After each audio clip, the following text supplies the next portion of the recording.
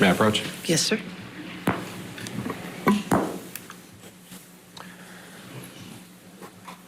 Good morning, everyone. My name is Ben Rottenborn, and together with Elaine and Adam, I represent Amber Heard.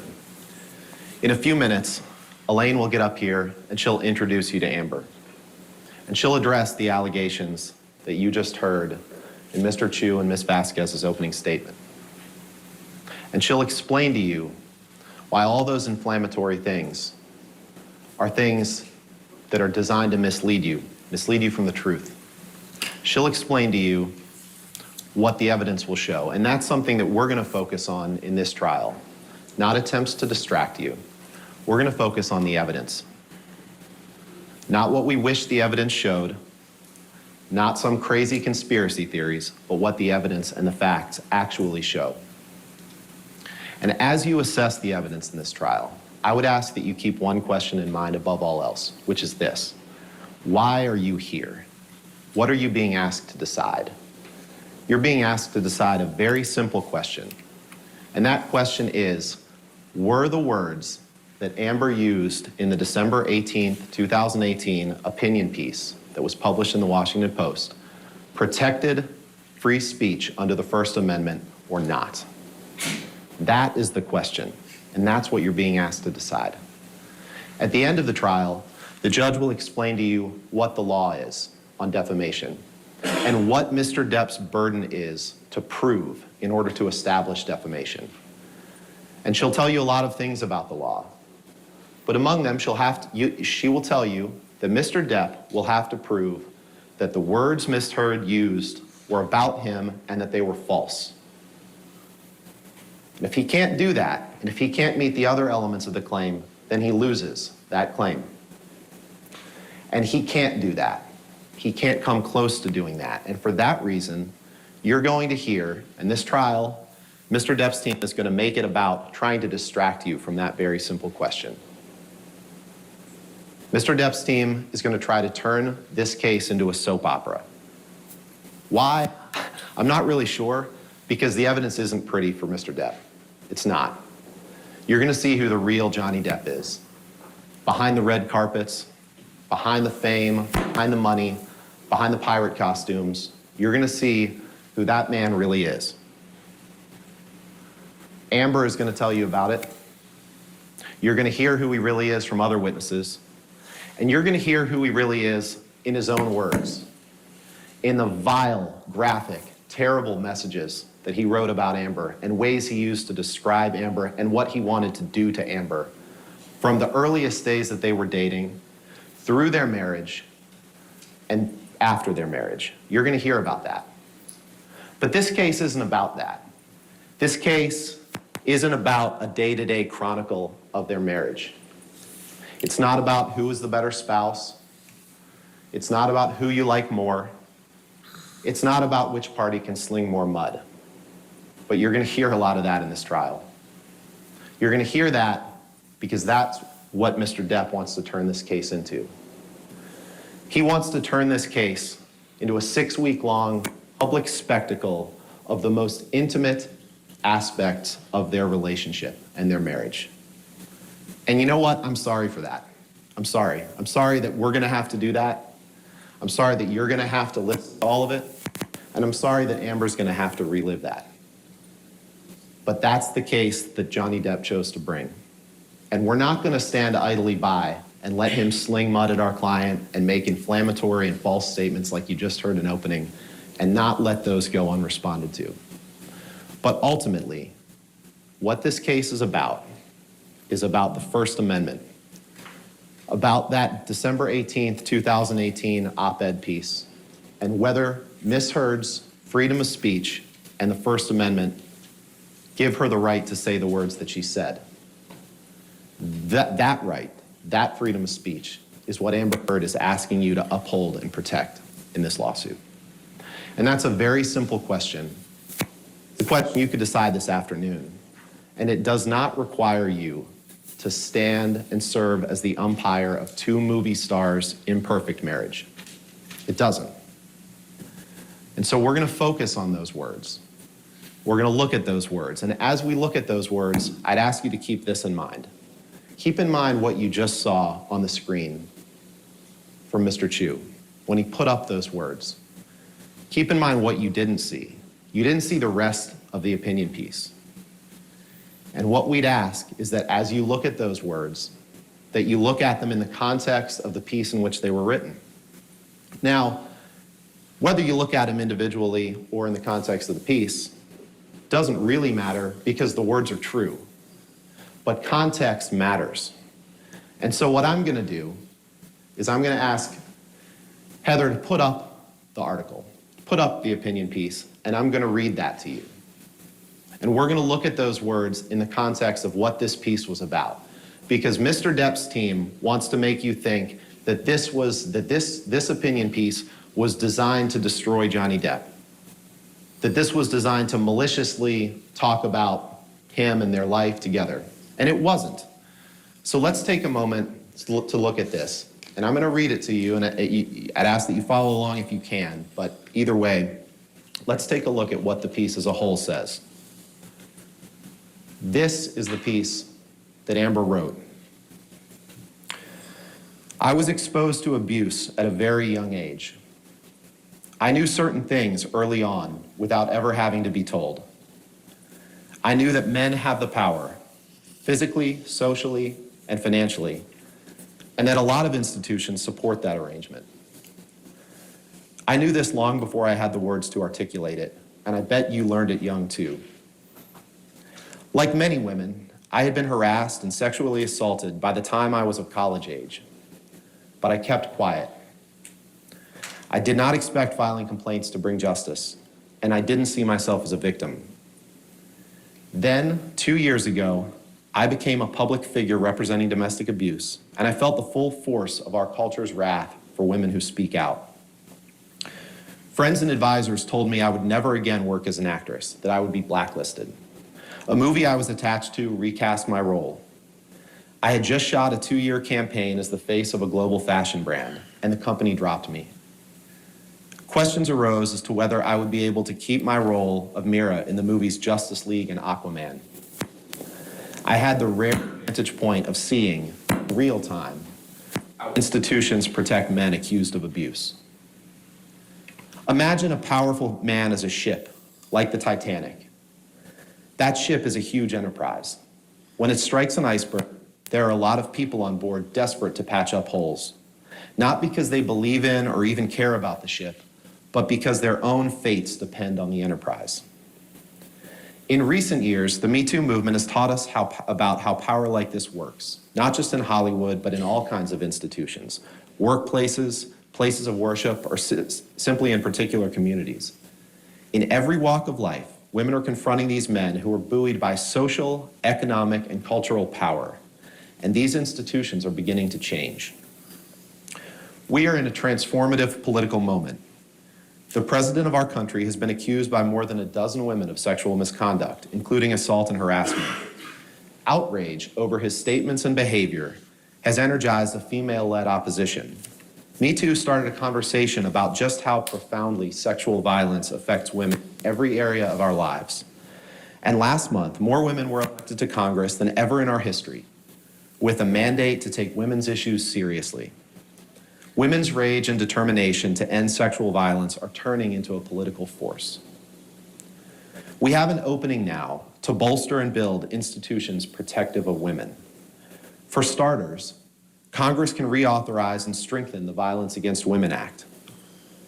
First passed in 1994, the act is one of the most effective pieces of legislation enacted to fight domestic violence and sexual assault. It creates support systems for people who report abuse and provides funding for rape crisis centers, legal assistance programs, and other critical services. It improves responses by law enforcement, and it prohibits discrimination against LGBTQ survivors. Funding for the act expired in September and has only been temporarily extended. We should continue to fight sexual assault on college campuses, while simultaneously insisting on fair processes for adjudicating complaints. Last month, Education Secretary Betsy DeVos proposed changes to Title IX rules governing the treatment of sexual harassment and assault in schools. While some changes would make the process for handling complaints more fair, others would weaken protections for sexual assault survivors. For example, the new rules would require schools to investigate only the most extreme complaints, and then only when they are made to designated officials. Women on campuses already have trouble coming forward about sexual violence. Why would we allow institutions to scale back supports? I write this as a woman who had to change my phone number weekly because I was getting death threats. For months, I rarely left my apartment.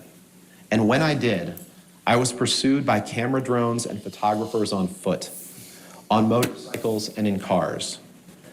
Tabloid outlets that posted pictures of me spun them in a negative light. I felt as though I was on trial in the court of public opinion, and my life and livelihood depended on myriad judgments far beyond my control. I want to ensure that women who come forward to talk about violence receive more support.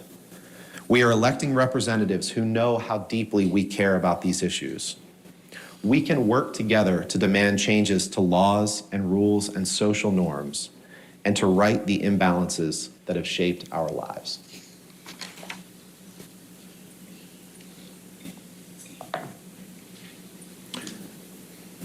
I know that was a lot, but that is the central issue in this case.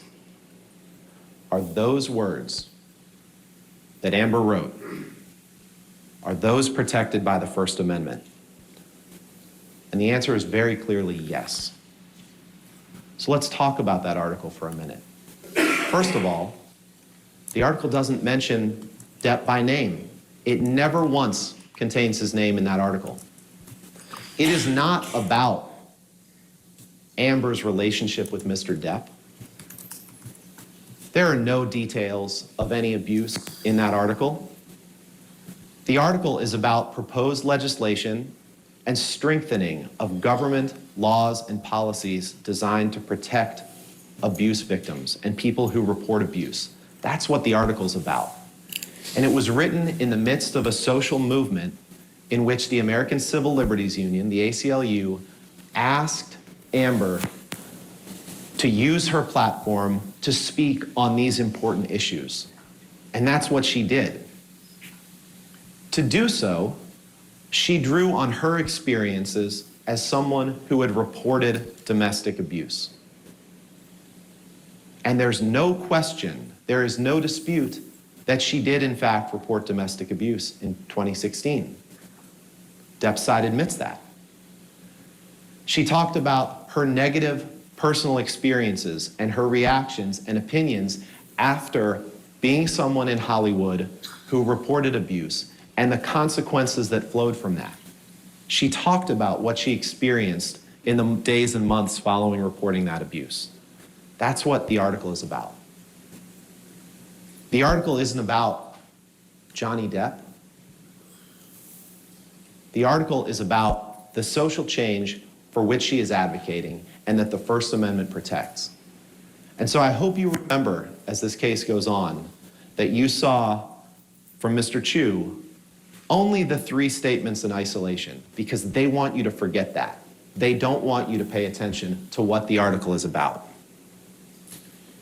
Now, if it had been Amber's intention to use this article to detail the abuse that she suffered and that you'll hear about over the course of this trial, believe me, the article would have looked very, very different. She could fill a book with those details. She probably would have started out by calling out Mr. Depp by name. She probably wouldn't have published it in the Washington Post. She would have described in great detail the man who has described himself, the violent side of himself, as the monster. That's what she would have done. The monster. She would have told you about the monster. But she didn't. That wasn't the point of this article. And she was careful to avoid that, even having her lawyer review the article to make sure that it was okay. And she relied on that lawyer's advice, and you'll hear testimony on that during the trial. But because Johnny Depp brought this case and asked for it, all of that is going to come out. Just know that Amber Heard never wanted to unearth for the public who the real Johnny Depp is. But that's going to come out over the course of this trial. I'd like you to also take into consideration who isn't here today. You don't see the Washington Post sitting here as a defendant in this courtroom. Depp didn't sue the Washington Post. He had no interest in doing that. He only sued Amber. He could have sued the Washington Post. They published the article, but he didn't. And he chose to bring Amber to court here in Virginia, where she has no ties, has never lived, he's never lived, where they never spent any time, because he wanted to make her life hard. He wanted to ruin her life. He wanted to destroy her. That's what he did. And I wish I could say that that's surprising. It's certainly disturbing, but it's not surprising, because the evidence will show that for years, all Mr. Depp has wanted to do is humiliate Amber, to haunt her, to wreck her career. That's what the evidence will show in his words. That's what he wanted. But he made a mistake bringing this case in Virginia, because you're the people who are going to hear this case. A qualified, prepared jury who respects the First Amendment. And with that, even though we've looked at the article as a whole, I'd like to spend a few minutes looking at the individual statements that were made, just as Depp's side showed you, because I think it's important to do that as well. Can we pull up slide 1, please?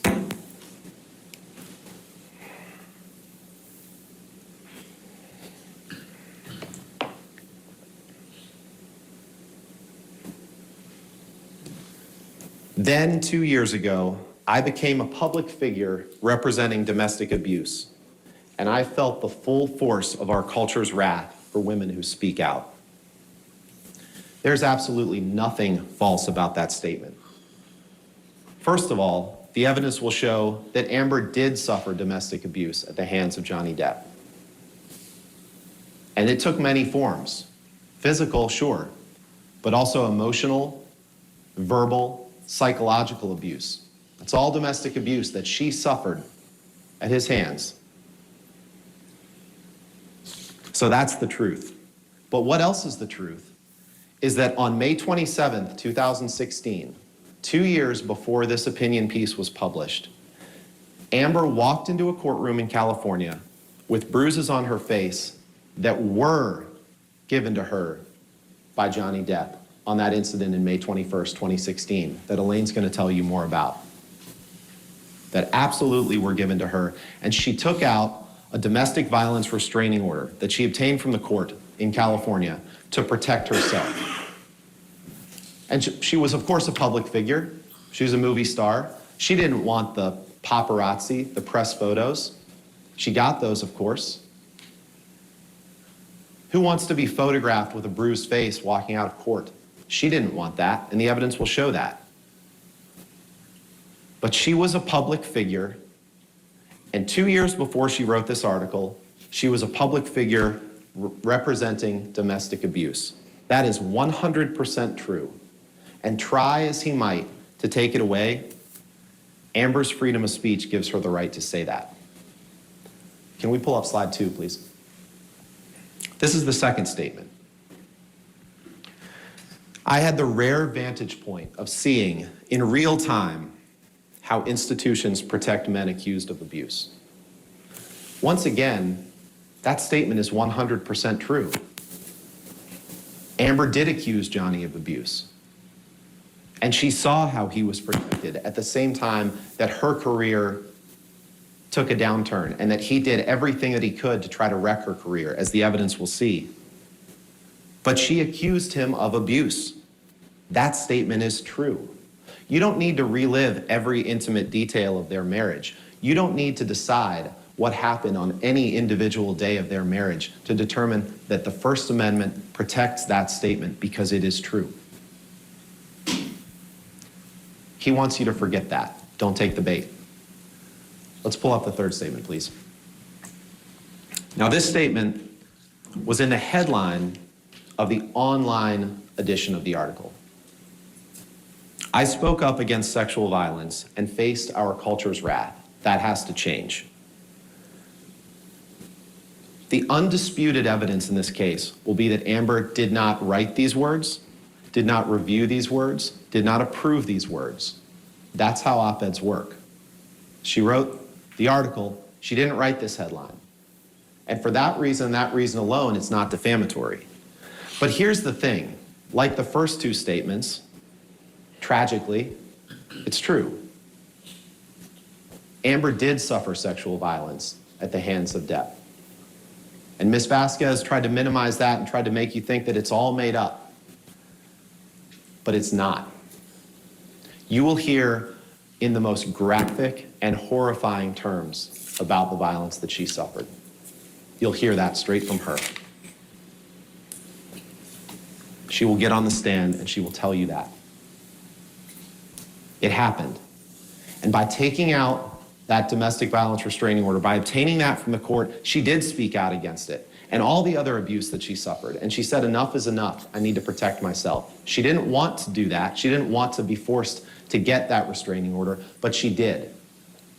She spoke out against the abuse by doing that. And the evidence will show that she did face her culture's wrath, perhaps illustrated no more clearly by the fact that she's here today facing this lawsuit brought by an obsessed ex-husband hell-bent on revenge. That's why she's here. That's why she's facing our culture's wrath. And as you consider whether these statements are true, I'd ask you to keep this in mind as well. The evidence will show that in May of 2016, when she obtained the restraining order, Mr. Depp never denied the allegations, and in fact, he signed a statement that Amber hadn't made any false statements for financial gain. He signed a statement saying she hadn't made any false statements. And you'll see that in evidence in this trial. And it was only 2 years later, as his career was in free fall and her career was taking off, that he pounced, that he chose to bring this lawsuit after saying that she hadn't made any false statements. And one thing that you'll be instructed at the end of the trial, but that Mr. Depp's side will try to distract you from, is that any damages that he suffered and any defamation has to flow from that 2018 opinion piece. This case isn't about the statements made in 2016, even though they're true. This case is about the December 2018 opinion piece. That's what the case is about. And I have to say, it's pretty ironic that a piece that briefly discussed Amber moving on from Johnny Depp, that briefly discussed her life experiences after Johnny Depp, is the very vehicle that he uses to try to keep her from moving on, to try to keep her from living that life, rather than give her her life back, rather than take personal responsibility for his own actions. It's ironic that he uses that piece to do that. But like I said, it's not surprising because you will see clear and graphic evidence of his intentions, dating back years.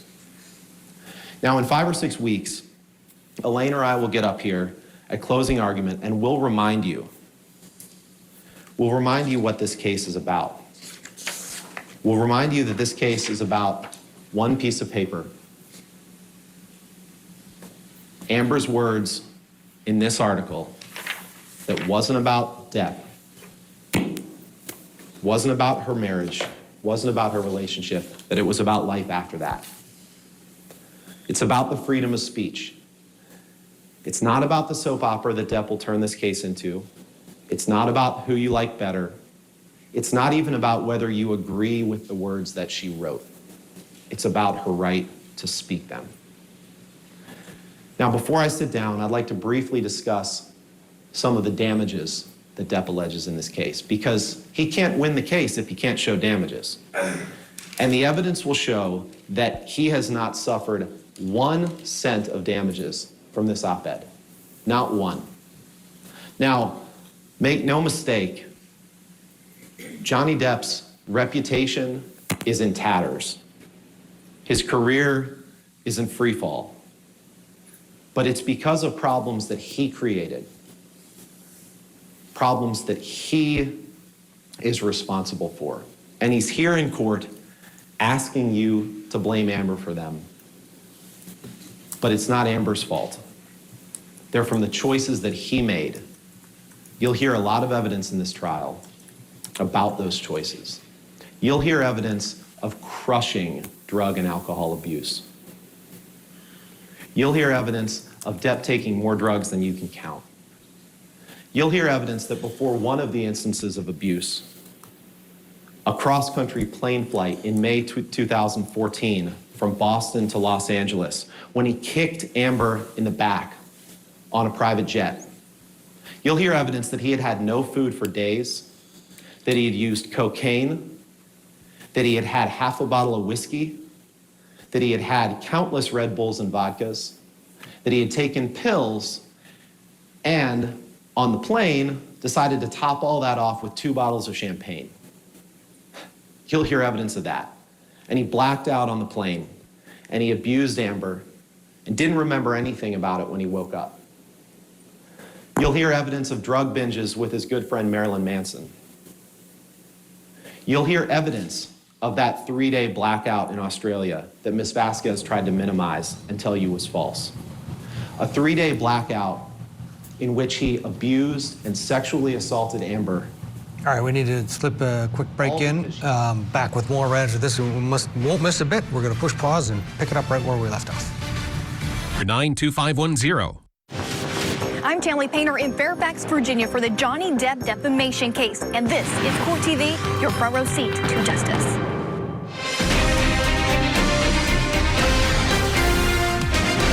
Welcome back. Let's get you back into the courtroom in Virginia. Ben Rottenborg is delivering the opening statement on behalf of his client, Amber Heard. Let's get you back right where we left off. All because she had the courage to confront him about his drinking. Imagine that. A concerned spouse confronts her husband about his drinking and gets rewarded with that.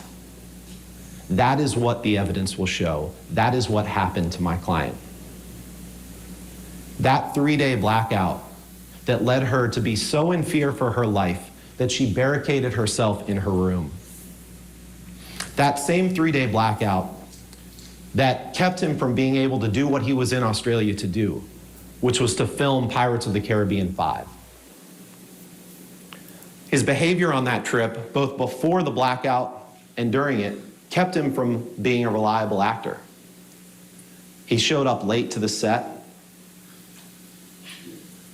and after that blackout, he was gone from the set for a long time. Now, he did cut off his finger, but the evidence will show my client did not do it. And just imagine this, what Ms. Vasquez is trying to get you to buy, is that Amber Heard somehow developed a major league level fastball and cut off his finger with a bottle. You'll see the evidence. You'll see that that doesn't make any sense, and you'll hear from Ms. Heard's experts who testify, including orthopedic hand specialists who testified there was no way that that happened. You'll also see pictures of what Mr. Depp did after he cut off his finger, when he dipped it in blood and paint and wrote graffiti all around the house. That's what you're gonna see he did. And you're gonna ask yourself, how can someone that is blacked out, how can they deny that they abused someone? How can they deny what they were told that they did? He has no credibility when he gets up here now in this court and tells you he didn't do this or do that when he was blacked out. So just remember that. Those were problems that he created. You'll hear evidence that the same addictions that led him to abuse Amber also led to the demise of his career as an actor. Like I said, as you saw with Disney, the evidence will show with Disney, he was unreliable as an actor, and those same self-destructive tendencies led to financial distress. Quite simply, he was running out of money, and that distress fueled his abusive tendencies toward Amber. And it led the public to think less and less of him. And you will see a parade of witnesses who testify in Johnny's case that all have one thing in common. They all rely on him. They're all on his payroll for the most part, or they rely on him for some sort of luxury in their life. And you'll see that of these witnesses. So in a lot of ways, Amber previewed the parade of witnesses when she said in her op-ed, and I'm going to read from it and quote it here. She said, you remember when I said this, "Imagine a powerful man as a ship, like the Titanic. That ship is a huge enterprise. When it strikes an iceberg, there are a lot of people on board desperate to patch up holes, not because they believe in or even care about the ship, but because their own fates depend on the enterprise." Remember that as Depp's witnesses take the stand, none of whom know what happened behind closed doors between him and Amber, none of whom can testify to that. But remember that these are people who care about their own financial well-being, just as Amber previewed in that article. And they know what happens to people who stand up to Depp. They know what happens because they've seen it. They've seen it with Amber, and they've seen it with other people in his life who had the courage to ask him to change and who he lashed out against. These are people who helped enable the man who describes himself as the monster. Make no mistake, this man's poor choices have brought him to this courtroom. His own bad behavior, his own refusal to commit to sobriety, his own violence, his poor choices. And the people who have spoken up against it, they're the ones that have suffered the consequences.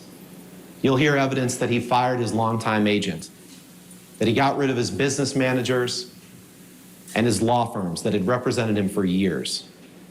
And no one has suffered from his refusal to take accountability more than Amber Heard. You'll hear evidence that 2 years before the op-ed, 2 years before that, Mr. Depp brought someone else into his life who helped convince him to blame other people. That man, Adam Waldman, who Ms. Vasquez introduced you to, had never met Mr. Depp while he was in a relationship with Ms. Heard, or while he was represented by his agents or his former business managers. But he convinced him that all these bad things that are happening in his life, he helped convince him of this, were other people's fault. And you'll hear evidence of that. Rather than take responsibility for cleaning himself up, Depp chose to blame other people. That's why we're here. And the evidence will show you crystal clearly that the op-ed had nothing to do with damages that he suffered. He's going to try to make it sound like this caused him to lose Pirates of the Caribbean 6, which is a movie that hasn't been made, but that Disney wasn't going to cast him in it because of Amber's article. But there's no evidence of that. The evidence will actually show that months before the op-ed, it was reported that Disney was considering dropping him from Pirate 6.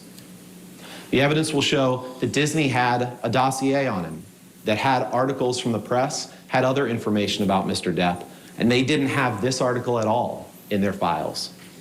It didn't register with them, just as it didn't register with the public. The public had known since 2016 what Amber had to say about Johnny Depp. This didn't change any of that. The evidence will also show that he said he would not make Pirate 6 even if Disney paid him far more money than he'd ever made on a film. That's what the evidence will show.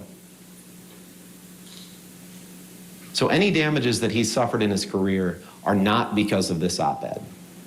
And it's time to make Johnny take responsibility, to tell him, Mr. Depp, stop blaming other people for your self-created problems, to take responsibility for your own life. And it's up to you, ladies and gentlemen, to make him do that. It's up to you, because you are uniquely qualified to do that. No one else has the power to do that. Only you, to tell him enough is enough, to stand up for the First Amendment to stand up for the truth and Amber's right to speak it. Thank you. All right. Thank you, Mr. Rottenborn. All right, let's get a break in here. They're going to separate the open, just like Johnny Depp's team. We'll get the second half of it next. Stay with us. Calm. Back to the courtroom we go. Elaine Bretterhoff is delivering the second half of the opening statement on behalf of Amber Heard. Good morning still. It's good to see you all again, and thank you again very much. Ben told you we will be relying on the evidence rather than the hyperbole and the personal attacks, and he was right. The evidence in this case, simply put, is overwhelming and compelling. In the 6 weeks, we're going to try to show you as much as we possibly can. There are many, many, many photographs. Now, you heard Ms. Vasquez try to say, you can't trust those, it's not the originals. She's got that wrong. It's not from the original devices. Ms. Heard took all kinds of photographs, and her friends took photographs, and all of those remained on the cloud, and all of them have been imaged, and all of them have been examined by their IT experts, and they cannot discredit one photograph. Then she says, and it's got a photo editing thing. Well, all iPhones have the photo editing. It's where you can make it a little lighter or darker. You can move it to the center or not. That doesn't discredit the photographs, and we will have an IT expert who will testify that all of these are legitimate, authentic photographs. Not only that, but Ms. Heard produced all of her different devices over the years, including her most recent laptop, and they were pulled from many, many sources, and all of them are identical. So if she was going to go in and try to manipulate, she would have had to do it everywhere. And Ms. Heard will tell you she doesn't have that level of talent. There may be a couple of you on the jury who have that talent. She does not have that talent. They're all very legitimate photographs, and listen carefully to the evidence from the experts, and you will find every single piece is authenticated and is true. And they show bruises, and they show cut lips. They show hair pulled out of her hair. They show all kinds of, they show two black eyes when he headbutted her. Those are all going to be there. We also are going to show you a video, and I'll talk about the time frame of it. Ms. Heard took that on her iPad, and it was one day when she was in the kitchen with Mr. Depp, and it was February 10th, 2016, and he's on a tear. And he's going around, he's yelling at her and being abusive to her, and he's slamming the kitchen cupboards, and they're glass. And you can hear them rattling, and you can hear them breaking. Then he goes over with a big glass of wine, and he has a huge bottle of wine, and he pours more in there. And then she says, "Did you drink all of that?" And then he sees that she's videotaping him, and bam. That's going to be a pretty graphic one for you to see. Then you're going to hear audio tapes, which are pretty significant too. Ben told you about the May 2014 Boston plane incident, we call it, where he kicked her, where he was so drunk and he blacked out. Well, Amber audio taped him when he went to the back of the plane and passed out and was moaning loudly.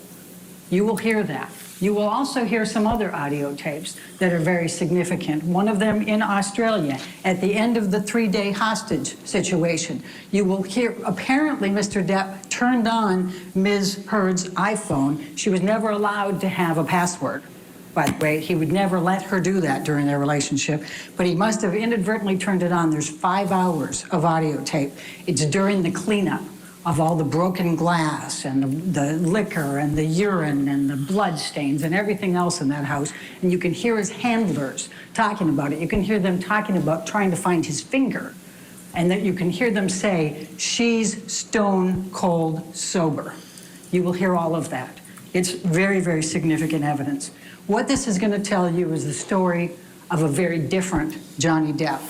It's one who is always, well, I can't say always, because he has the charismatic side that Amber fell in love with. But he has an enormous amount of rage. You will see the medical records and hear from the psychiatrist that talked to him for a while in 2014, where he admits that he has rage, that he's like a demon, that he views his wife, Amber, like his mother and his sister that he hates.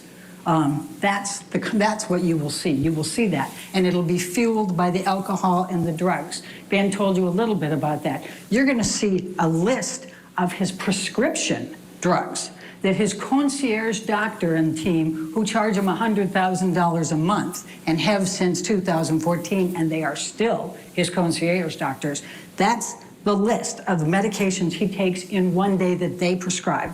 That doesn't include the cocaine. It doesn't include the ecstasy, the MDMA, the mushrooms, and all of the others. Now, it's during these rages that Mr. Depp engaged in verbal, emotional, physical, and sexual abuse of Amber. Let me introduce you to Amber, the lesser known person here, and I know when we were doing the voir dire, none of you had even watched as much as 3 of her movies, so I'm going to tell you a little bit about Amber. She's 35 years old. She's from Austin, Texas. She grew up outside of Austin, Texas. She has a daughter, Una, who turned 1 last week. Amber grew up in an area, her father was a construction worker, primarily a painter, but he would break horses as part-time. They lived out on a ranch area. Her mother, Paige, who died 2 years ago at age 63, dropped out of medical school to marry Amber's father. She worked for the state of Texas in internet communications. They grew up very poor. Amber has a sister, Whitney, who's 16 months younger than her. And you will see and hear from Whitney later because unfortunately she also witnessed some of the abuse. Amber rode horses with her father. She tried to work with him to help him break the horses. She remembers having a broken arm at least 4 times, being in casts during that time. But there were some things she learned from breaking those horses that was very significant. Her father taught her she couldn't show fear, she couldn't show pain, and she couldn't show emotion. That's how she could break those horses. It's significant for you to know that so you can understand how Amber could have remained in this relationship with Mr. Depp for as long as she could and the dynamics of some of the abuse you're going to hear about, because that's what would be her instinct, is to stand up and not let him show that he's caused the pain, that he's caused the fear, that he's caused the humiliation. You'll hear about a long line of jobs that Amber started from back, age 12 as soon as she could, working in a soup kitchen. Well, that was volunteer, but then she took all kinds of miscellaneous jobs, lifeguards, everything else, trying to improve herself. She's not somebody who had a great break. What happened was she got recognized by a Hollywood agent who expressed some interest in her. She took her $180 that she'd saved up and she went to LA. That's all she had to her name. The testimony will be she worked all kinds of different jobs when she was in LA, anything that she could get.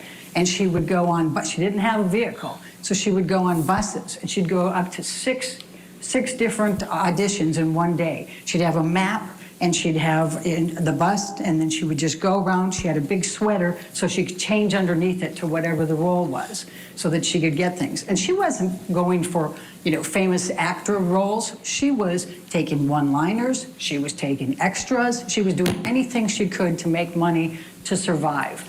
And then you know what she did with it? She gave a bunch of it back to her parents. She started helping support them. Then when Whitney graduated from high school, she brought her out to LA and put a roof over her house and put her through community college. She took care of her family with what she made. When she met Johnny Depp in 2009, when he hired her for Rum Diaries to star across from him, she felt like she was pretty successful. She'd starred in some roles. She had an apartment. We need to get a break in as we approach the top of the hour. Julie Grant will be here when we return.